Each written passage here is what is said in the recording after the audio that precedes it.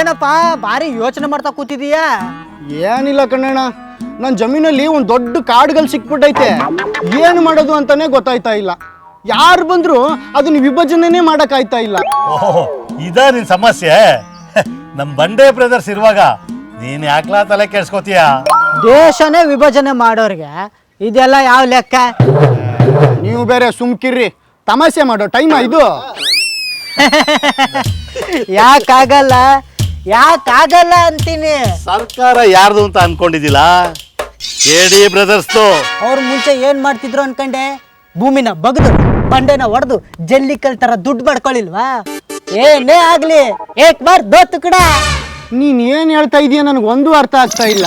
ನೋಡ್ಲಾ, ಹೊಡಿಯೋದ್ರಲ್ಲಿ ಮೊದಲೇ ಅವರು ಎಕ್ಸ್ಪರ್ಟ್ಸು. ಜಾತಿ ಹೊಡೆದ್ರು, ಧರ್ಮ ಹೊಡೆದ್ರು, ಸ್ನೇಹಿತರು ನೋಡಿದ್ರು, ನಮ್ದವ್ರಿಗೆ ಅಂದ್ರೆ ಸರ್ಯಾಗಿ ಹೊಡೆದ್ರು. ಅದು ಸಾಲದು ಅಂತ ಮೊನ್ನೆ ತಾನೇ KD ಬ್ರದರು ಈ ದೇಶನ 2 ತುಕಡೆ ಮಾಡಬೇಕು ಅಂತ ಹೇಳಿದ್ದು ಅಷ್ಟು ಬೇಗ ಮರ್ತ್ಬಿಟ್ಟ. ಸರಿ, ಇದನ್ನೆಲ್ಲ ನನಗೆ ಯಾಕೆ ಕೇಳ್ತಾ ಇದ್ದೀರಾ? ಲೈ, ಇವನ್ಗಿನ್ನೂ ಅರ್ಥವಾಗಿಲ್ಲ ಕಣ್ಲಾ, ಹೊಸಿ ಬಿಡಿಸಿ ಹೇಳ.